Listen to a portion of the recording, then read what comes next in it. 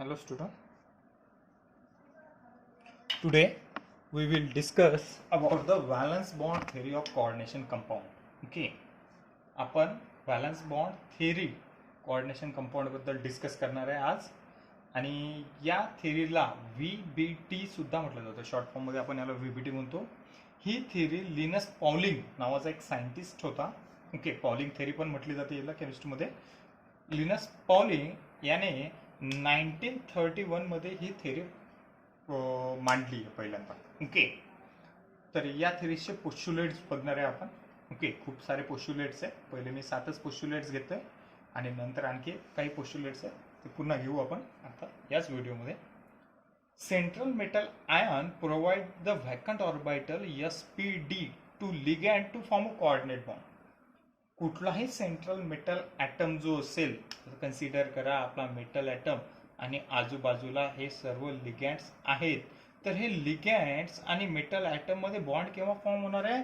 जेव्हा metal item काही orbital available करून देतील. मेटल ॲटम जेव्हा एम्प्टी ऑर्बिटल अवेलेबल करतील तेव्हा लिगॅंड काय करणार आहे? त्याचे इलेक्ट्रॉन देईल आणि ओव्हरलॅपिंग होईल. तिथं central metal ion provide the vacant orbital, vacant empty. Okay, SPDF, SP maximum डीच असतात, मे बी SP पण असतात काही, तर ते बघू आपण. त्याच्या बेसिसवर त्याची जिओमेट्री कन्सिडर करतो आपण. Two ligand to form a coordinate bond. Total number of vacant orbital provided by central metal ion is equal to the coordinate bond. जेवढ्या orbital central metal ion provide करेल, कन्सिडर करा central metal आयनने 6 orbital जर provide केल्या, समजा central metal आयनने 6 orbital provide केल्या, तर ह्या 6 ऑर्बिटल प्रोव्हाइड केल्यानंतर लिगॅंड फक्त 6च अटॅच होतील. ओके, असं नाही की 6 ऑर्बिटल असेल लिगॅंड 10 होतील, किंवा 10 ऑर्बिटल असतील लिगॅंड 2च अटॅच होतील, असं नाही. जेवढ्या ऑर्बिटल असतील तेवढेच लिगॅंड अटॅच होतील आणि जेवढे लिगॅंड अटॅच होतील तेवढेच कोऑर्डिनेट बॉन्ड असतात. Total number of vacant orbital, जेवढ्या एम्प्टी ऑर्बिटल असतात provided by central metal ion equal to the coordinate bond. जेवढे ऑर्बिटल तेवढेच coordinate bond. Each ligand has at least necessary 2 electron.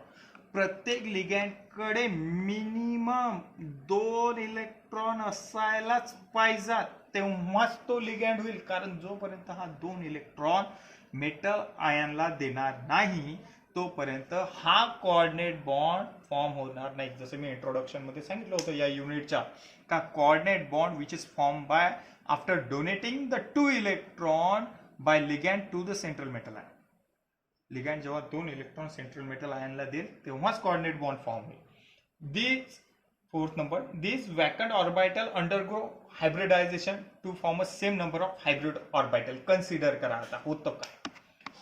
हे मेटल ॲटम, या metal ॲटमची ही hybrid orbital आणि लिगॅंडने ही हायब्रिड ऑर्बिटल, इथं झालं ओव्हरलॅपिंग. कन्सिडर करा, ही मेटल ॲटमची ऑर्बिटल अवेलेबल आहे आणि ही लिगॅंडने याचे 2 इलेक्ट्रॉन, ही लिगॅंडचे 2 इलेक्ट्रॉन, लिगॅंडने 2 इलेक्ट्रॉन दिले कोणाला? मेटल ऑर्बिटलला. ही मेटलची ऑर्बिटल आणि ही लिगॅंडची ऑर्बिटल. लिगॅंडने काय केले? 2 इलेक्ट्रॉन दिले. जेव्हा 2 इलेक्ट्रॉन दिले तेव्हा ओव्हरलॅपिंग झालं, तिथं हायब्रिडायझेशन झालं. Okay, so this vacant orbital undergo hybridization to form a same number of hybrid orbital. जेवढ्या ओव्हरलॅपिंग, जेवढ्या 2 ऑर्बिटल, एक मेटलची एक लिगॅंडची एक हायब्रिडायझेशन, एक दुसरी मेटलची दुसरी लिगॅंडची दुसरं हायब्रिडायझेशन, मीन्स दुसऱ्या ओव्हरलॅपिंग होऊन राहिला आणि त्याच्याच बेसिसवर आपण हायब्रिडायझेशन कन्सिडर करतो. Coordinate bond form after the overlapping between the orbital of central metal ion and the orbital of ligand. Coordinate bond केव्हा फॉर्म होतं? जेव्हा 2 ऑर्बिटलचं ओव्हरलॅपिंग होतं, एक लिगॅंडची ऑर्बिटल आणि एक सेंट्रल मेटल आयनची. Okay, next, stronger the overlapping stronger is the coordinate bond. आपल्याला माहिती आहे, जसं आपण सेकंड करतो, जर असं सेकंड केलं तर परफेक्ट सेकंड होणार नाही, त्यासाठी सेकंड स्ट्रॉंग असायला पाहिजे. ओके, नेक्स्ट, तसंच stronger the overlapping stronger is the coordinate bond. Geometry of complex depend upon the hybridisation. Most important point हे सांगितलंय मी ऑलरेडी, हा चार्ट लिहून दिलेला आहे आपण क्लासमध्ये. ओके, 11thलाच लिहून दिलेला आहे मी. जेव्हा VBTचे काही पॉईंट्स घेतले होते त्यावेळेस तुम्हाला सांगितलं होतं, आठवत असेल, IF7 SF6 वगैरे वगैरे. So geometry of complex depend upon the hybridization. SP hybridization असेल लिनियर, sp2 ट्रायगोनल पण म्हणतो आपण याला, sp3 टेट्राहेड्रल, dsp2 मेटल ॲटमची डी यस आणि 2 पी जर ऑर्बिटल ओव्हरलॅपिंग झाले असेल, हायब्रिडायझेशन घडलं असेल, तर तो कॉम्प्लेक्स असणार स्क्वेअर प्लॅन. dsp3 मेटल ॲटमची एक डी ऑर्बिटल, एक यस आणि पीच्या किती 3 3 4 5 म्हणजे ट्रायगोनल बायपिरामिडल. जिओमेट्री आठवली आहे, ट्रायगोनल 1 2 3, एक अबो आणि एक below, trigonal bipyramidal, PCl5. Okay, आठवलं असेल, सेम त्याच तरह. D2sp3 और sp3d2 बघा, हा डी पहिले D2sp3 आणि sp3d2. ज्या हायब्रिडायझेशन मध्ये तुम्हाला D2sp3 हायब्रिडायझेशन पाहायला मिळालं, D2sp3 इथं डी पहिले, इथं डी नंतर आहे, सो तो तिथं असते n-1 डी ऑर्बिटल इन्व्हॉल्व, आणि जिथे sp3d2 असते तिथं असते nd orbital.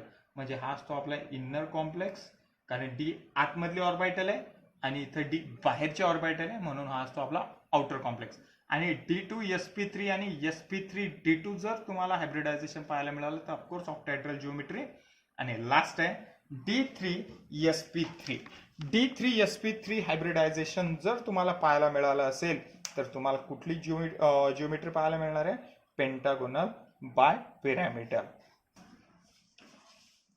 Next point in VBT, valence bond theory. 8 number point.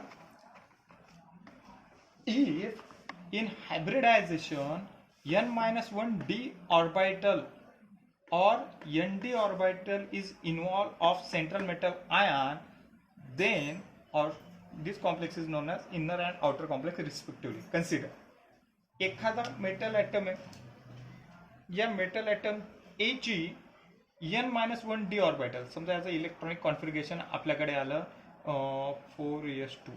Okay, मग याची n-1 डी ऑर्बिटल कुठली झाली? 3d. n is the number of shape, n-1 D. Okay, म्हणजे जर हायब्रिडायझेशन मध्ये या मेटल ॲटमचं electronic configuration 4s 4p xyz पर्यंत, समजा xyz इलेक्ट्रॉनिक कॉन्फिगरेशन आहे, आणि इथं जर 3d ऑर्बिटल इन्व्हॉल्व झाली हायब्रिडायझेशन मध्ये, हा झाला तुमचा इनर कॉम्प्लेक्स. आणि जर एखादं मेटल ॲटम आहे, त्याचं इलेक्ट्रॉनिक कॉन्फिगरेशन 4s पर्यंत आली आणि त्यावेळेस त्याचं हायब्रिडायझेशन झालं 4d ऑर्बिटल सोबत nd, ओके, तर तो असेल तुमचा आउटर कॉम्प्लेक्स. म्हणजे इलेक्ट्रॉनिक कॉन्फिगरेशनच्या बेसिसवर ते सांगणार आहे मी कसं कॅल्क्युलेट होतं. तर त्यावेळेस if in hybridisation n-1 d orbital or nd orbital is involved of central metal ion, the inner and outer complexes respectively can be determined or known. Next, the pairing of unpaired electron due to strong field ligand known as spin pairing. खूप सारे असे complex आहेत का central metal ॲटमचे जे काही unpaired electron आहे हे paired होऊन जातात, त्यावेळेस त्या पेअरिंगला आपण म्हणतो स्पिन पेअरिंग. याच्यावरती MCQ ऑलरेडी येऊन गेलेला आहे. Okay, next, if zero unpaired electron in orbital, जर मेटल ॲटम मध्ये सर्व इलेक्ट्रॉन जर पेअर्ड असतील after the hybridisation, if there is all the electron are paired, so that is known as zero unpaired. Okay, all electron are paired, that is one clockwise another anti-clockwise. If zero unpaired electron in orbital after the hybridization, then diamagnetic is the complex. Zero unpaired, all the electron necessary to be paired, then that is the diamagnetic. कुठल्याही central metal item मध्ये जर सर्व electron paired मध्ये असतील तर diamagnetic, आणि जर unpaired मध्ये असतील तर मे बी पॅरा असू शकतात आणि फेरमॅग्नेटिक पण तो कॉम्प्लेक्स असू शकतो. मग आता हे मॅग्नेटिक मुवमेंट कॅल्क्युलेट काय करायची? मॅग्नेटिक मुवमेंट म्यू आणि याचं युनिट असतं बोर मॅग्नेटॉन. हे कॅल्क्युलेट करतो आपण n into n+2. Okay, n into n+2. n is the number of unpaired electron. आलं लक्षात? कन्सिडर करा तुमचा एखादा मेटल ॲटम आहे आणि मेटल ॲटमच्या त्या डी ऑर्बिटल मध्ये x Y Y Z Z x x square minus Y square हे आपल्याला माहित आहे. D x Y Y Z Z x x square minus Y square आहे झेड स्क्वेअर. याच्यामध्ये समजा तुम्हाला अशा 2 अनपेअर्ड इलेक्ट्रॉन पाहायला मिळेल. 2 अनपेअर्ड इलेक्ट्रॉन असेल म्हणजे तुमची यांची व्हॅल्यू किती आली 2 जर यांची व्हॅल्यू असेल तर तुम्हाला बोर मॅग्नेटॉनची व्हॅल्यू ऑलरेडी दिलेली आहे इथं 2.84 बोर मॅग्नेटॉन. आणि 2.84 जर बोर मॅग्नेटॉनची व्हॅल्यू असेल म्हणजे तो जो काही कॉम्प्लेक्स आहे हा काय झाला तुमचा पॅरामॅग्नेटिक. कन्सिडर करा इथं 4 अनपेअर्ड इलेक्ट्रॉन आहेत किंवा 5 अनपेअर्ड इलेक्ट्रॉन आहेत. सर्व हे अनपेअर्ड आहेत. पहिले हे तिघं काय होते पेअर्ड होते, पण आता काय आहे सध्या एक आणखी दुसरा मेटल आयटम आहे ज्याच्यामध्ये त्याच्या ऑक्सिडेशन स्टेटच्या बेसवर बाकीचे सर्व इलेक्ट्रॉन निघून गेले. आता किती आहेत 1 2 3 4 5 अनपेअर्ड इलेक्ट्रॉन आहेत. 5 अनपेअर्ड इलेक्ट्रॉन असेल म्हणजे त्याची by this equation n × n+2 he value किती आली तुमची 5.92 बोर मॅग्नेटॉन. आणि तो कॉम्प्लेक्स कसा असेल तुमचा फेरोमॅग्नेटिक. आला हे लक्षात. सो जर इथं सर्व इलेक्ट्रॉन पेअर्ड असतील तर डायमॅग्नेटिक किंवा एकही इलेक्ट्रॉन प्रेझेंट नसेल तरीही तो डायमॅग्नेटिक. जर डी ऑर्बिटल मध्ये सर्व इलेक्ट्रॉन एम्प्टी किंवा कुठलेही अनपेअर्ड इलेक्ट्रॉन असेल मे बी यस मध्ये पण असू शकतात ओके किंवा पी मध्ये पण असू शकतात ओके पेअर्ड अँड अनपेअर्ड. जेवढे अनपेअर्ड इलेक्ट्रॉन त्याच्या बेसिसवर पाहायचं 5 पेक्षा जास्त पाहायला मिळतील नाही तुम्हाला. सो हे तुम्हाला व्हॅल्यूज तिथं दिलेल्या आहेत. नेक्स्ट आता हे स्पिन पेअरिंग होते केव्हा. कन्सिडर करा का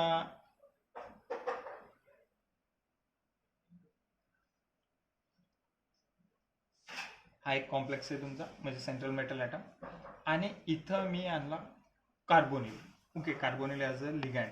हा कार्बोनिल आहे हा आहे स्ट्रॉंग फील्ड लिगँड. इथं तुम्हाला ऑलरेडी लिगँडची पॉवर दिलेली आहे वीक लिगँड आणि strong ligand.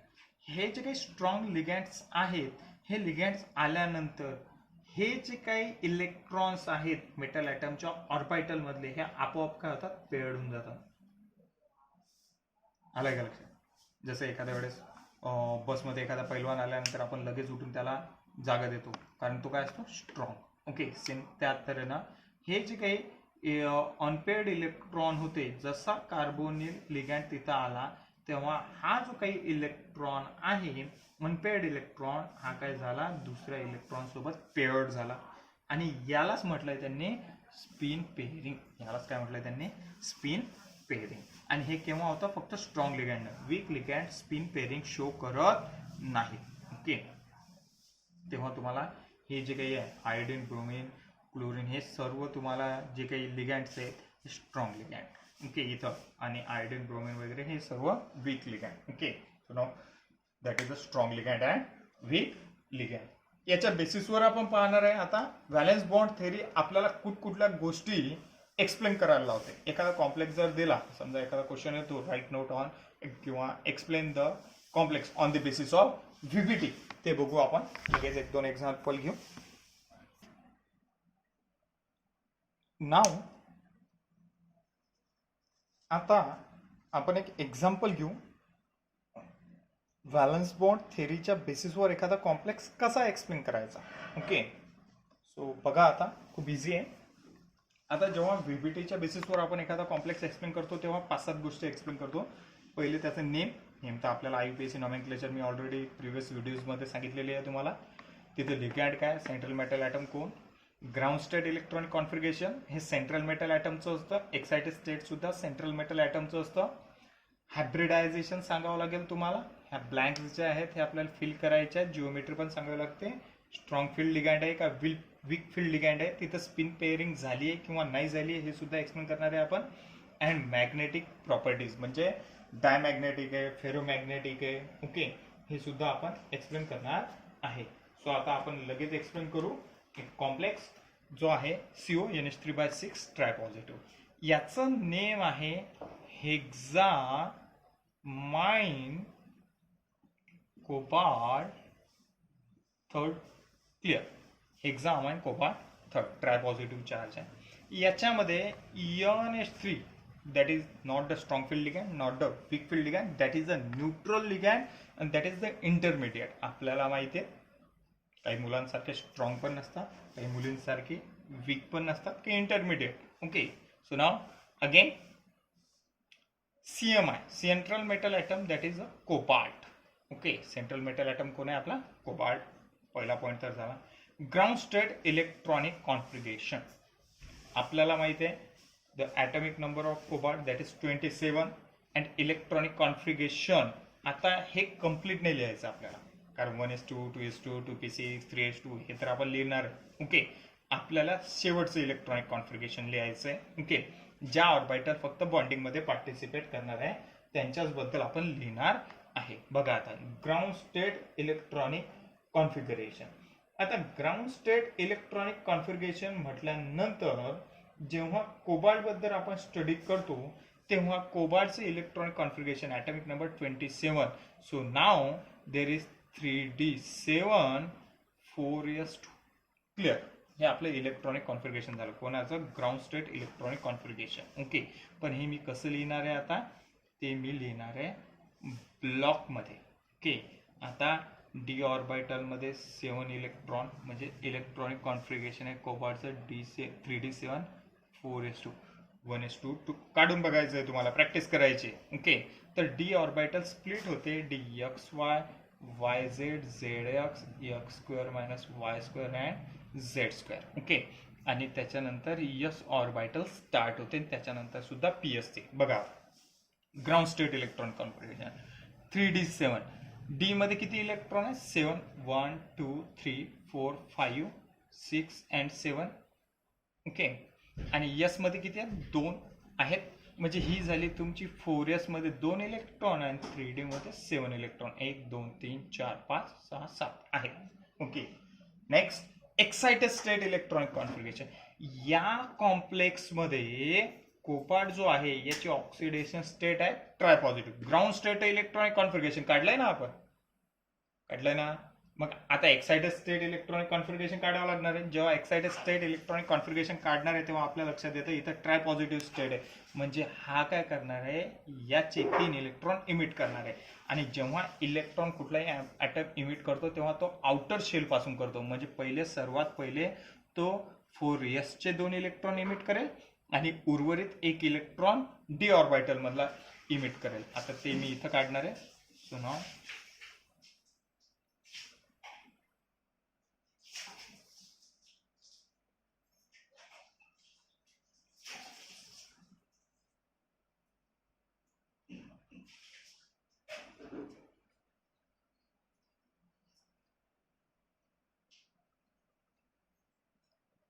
d 4s and 4p. Clear आहे.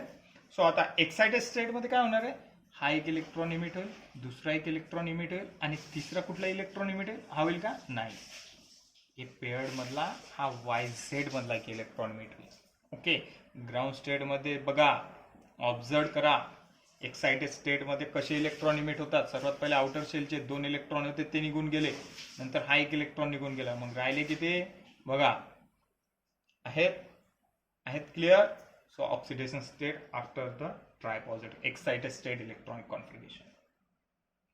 आता एक्साइटेड स्टेट इलेक्ट्रॉनिक कॉन्फिगरेशन मध्ये जर तुम्ही ऑब्झर्व केलं तर आता कोबाल्ट काय करणार आहे? त्याच्या ऑर्बिटल अवेलेबल करणार आहेत. कशासाठी?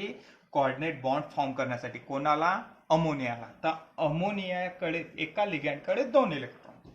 आणि जेव्हा NH3 येतात तर या कॉम्प्लेक्स बेसिसवर किती NH3 आहेत? 6.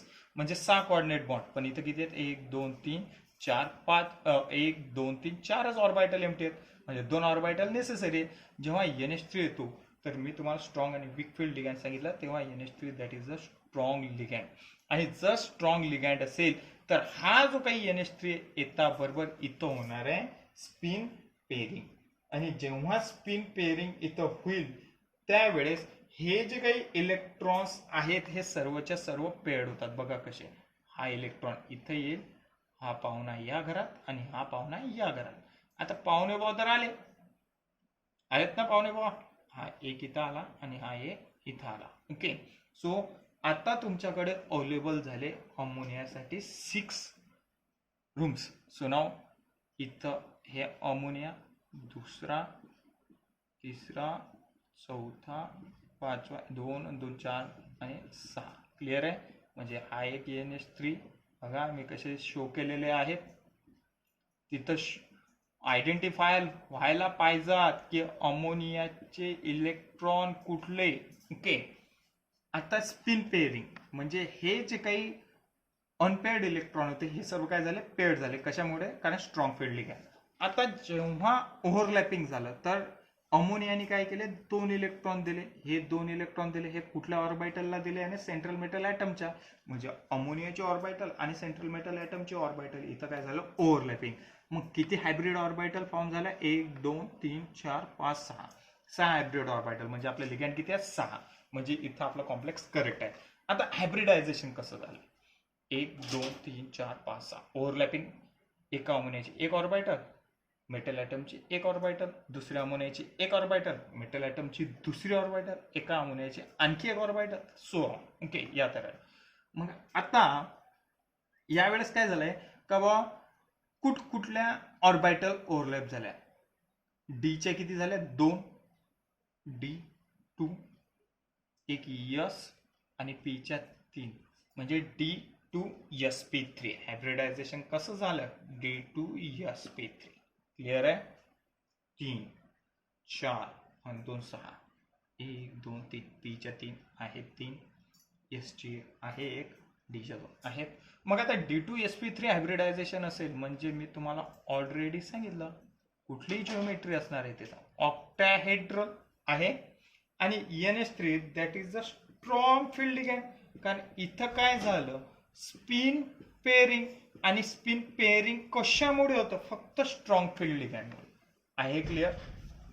Next point, last.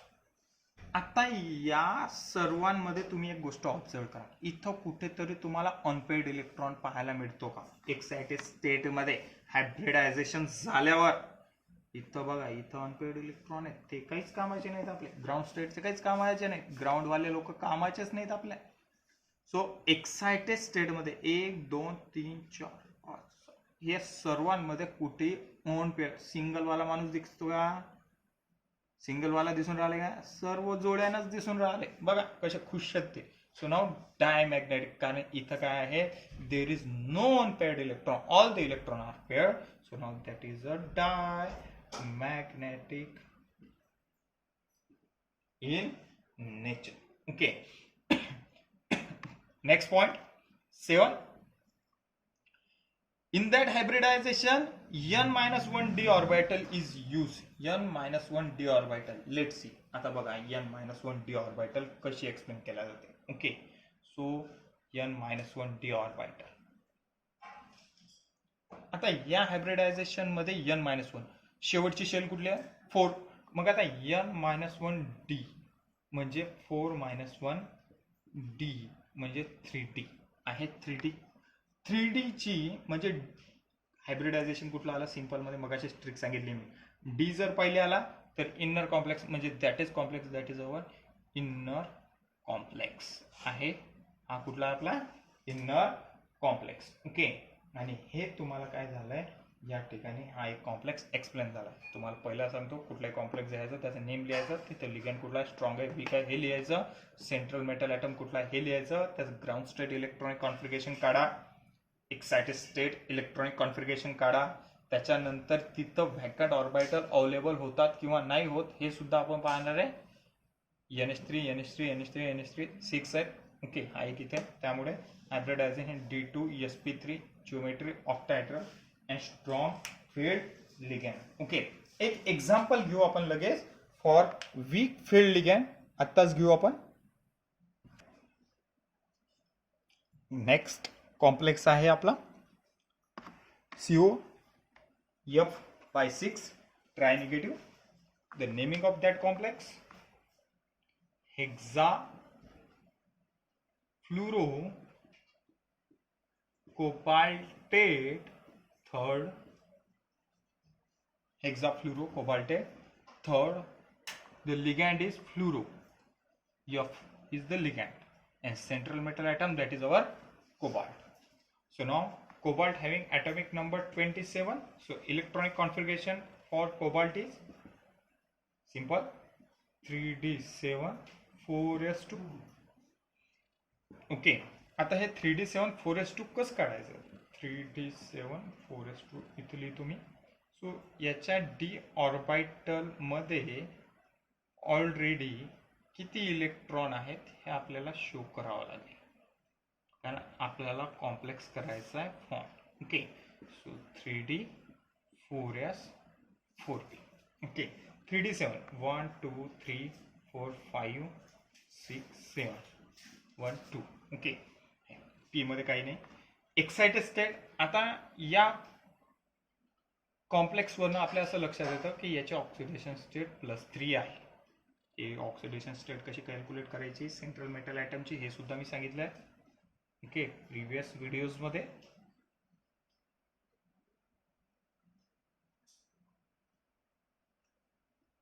आणि एक्साइटेड स्टेट इलेक्ट्रॉनिक कॉन्फिगरेशन जेव्हा आपण शो करू तेव्हा बघा, now let's see how many after here the excited state electronic configuration for cobalt after emitting 3 electron, 2 electron from 4s, 1 electron from this. So 1 2 1 1 1 1 0. Okay, so now that is excited state electronic configuration. Now there is the fluorine. Fluorine is a weak ligand, and weak ligands